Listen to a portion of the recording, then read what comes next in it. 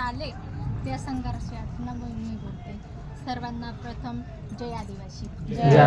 आता इकडे बसलेले आहेत, मुलं आहेत, मुली आहेत, हे सर्व माझेच आहेत, माझे बंधू भगिनी सगळेच आहेत. पण मला एक पहिलं सगळ्यांना सांगायचं का ज्या गावातनं 2 जणांनी ते परीक्षा पास होऊन आलेले आहेत किंवा तालुक्यातनं ज्या तालुक्यातनं आलेले, ज्या जिल्ह्यातनं आलेले आहेत तेवढ्यांना पहिल्यांदा फोन करा. आणि तुम्ही तर याच म्हणावा, पण ज्यांनी परीक्षा देऊन जे फेल झालेले त्यांना काय वाटत असेल आज नाही पण उद्या भविष्यात, आजच्या पिढीला नाही, हे जर 17 संवर्धन वर्गाचे जर पदं भरले गेले नाही, सरकारने आपल्याला न्याय जर नाही दिला तर पुढची पिढी आपली काय करणार आहे आदिवासी समाज? हा महत्त्वाचा विषय. आता सकाळी पण सरपंचांनी पूर्ण बरेच सरपंच आले, बोलून गेले, ते नुसते मी येऊन पाठिंबा देणार आणि जाणार याला नाही. आज 6 दिवस झाले ते लेकरं आज उपाशी आहेत, त्यांच्या अन्नात पोटाचा कण नाही. हा सगळ्या समाजाला फायदा होणार आहे. त्या 5 जणांचा काही इडा आलेले तेवढ्यांचाच नाही, हा विषय सगळ्या समाजाचा आहे. तर प्रत्येकाने फोन करा, उद्याचा निर्णय काय येतो आणि 9 ऑगस्टचा किंवा कोर्टाची याचिका दाखल केलेली त्याचा निर्णय काय येतो. 15 ऑगस्ट आता 4-5 दिवसांनी तर 15 ऑगस्ट येतो, स्वतंत्र दिन आहे. आपल्यांना स्वतंत्र आहे का सांगा? हा म्हणजे नोकरीचाच विषय नाही तर गावातला तळागाळातला प्रत्येक गोष्टीचा जर आदिवासी समाजाचा जर विषय जर घ्यायचा असला तर आपण लढतो कशावरती? सरपंच काय बोलतो, मी सरपंच झालो, मला गावातल्या लोकांनी निवडून दिलं.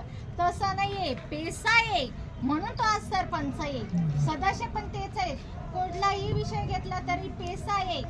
आणि पेसा संवर्धन वर्गाचे जर 17 पद जर भरले तर तुम्ही परीक्षा देऊन हे नंबर घेऊन आलेले आहेत हेच नाही, जे नापास झालेले ते पण कामावरती घेतल्या जाईल. असा एकही बी पोरगा आपला आदिवासी समाजाचा का तो असा बेरोजगार फिरणार नाहीये.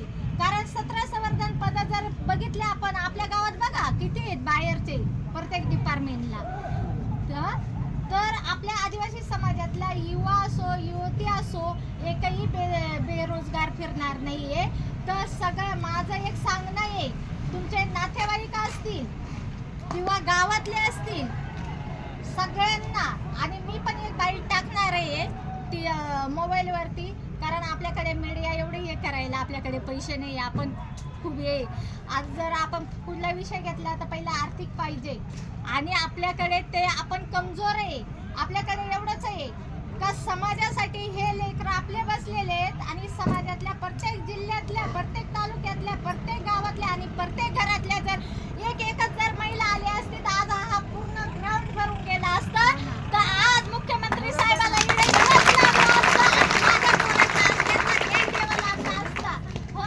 आज मला प्रत्येक ठिकाणी असं वाटतं का आदिवासी समाज फक्त 9 ऑगस्ट आल्यानंतरच फक्त युवा आणि युवती 9 ऑगस्ट आहे फक्त डीजेच्या पुढे नाचायला नका येऊ.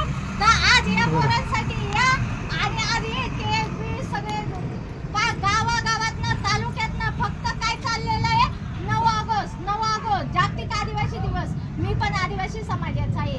जर या लढ्यात जर ते सहभागी झाले तर असा एकही जिल्ह्यात किंवा तालुक्यात तुम्हाला सांगते महाराष्ट्रात कुणी सुद्धा आदिवासी समाजाचा हात धरू शकत नाही. जिडा आदिवासी समाज उतरल तिडा मुख्यमंत्री काय राष्ट्रपतीला पण यावं लागेल. आज महिला माझी राष्ट्रपती झालेली आहे. मला आज कुणीतरी हे वाटतं का माझ्या समाजाच्या या महिला आहेत, पोरं आहेत आणि माझ्या समाजाची राष्ट्रपती असताना जर 5-5 दिवस आणि 6-6 दिवस जर ह्या पोरांना जर एवढे त्यांचे अंत बघू राहिलेत, तो मुख्यमंत्री साहेब असो कुठलाही सरकार असो, मला कोणा बोलायचं नाही कुठल्या पक्षाचा असो, पण समाज म्हणून सगळे या आणि सगळे आव्हान करते मी. जेवढे बचत गट आहेत असं एक बी गाव नाहीये का बचत गट नाहीये. एका गावात कमीत कमी 5 ते 10 बचत गट आहे आणि प्रत्येक बचत गटामध्ये 10-10 महिला आहेत. जर एका गावातून जर 5-5 बचत गट आले, 50 महिला आल्या तर मुख्यमंत्री साहेबांना इकडे यावं लागेल आणि 1,500 रुपये काय लाडक्या बहिणींना देता म्हणावा. ह्या लेकरांसाठी द्या, यांना जन्माच्या नोकऱ्या द्या आणि आज आदिवासी समाज रस्त्यावरती येणार नाहीये. एवढंच बोलते आणि माझे 2 शब्द संपवते. परत एकदा सगळ्यांना जय आदिवासी. माझं काही चुकलं असेल एकदम भारी बोलले तुम्ही.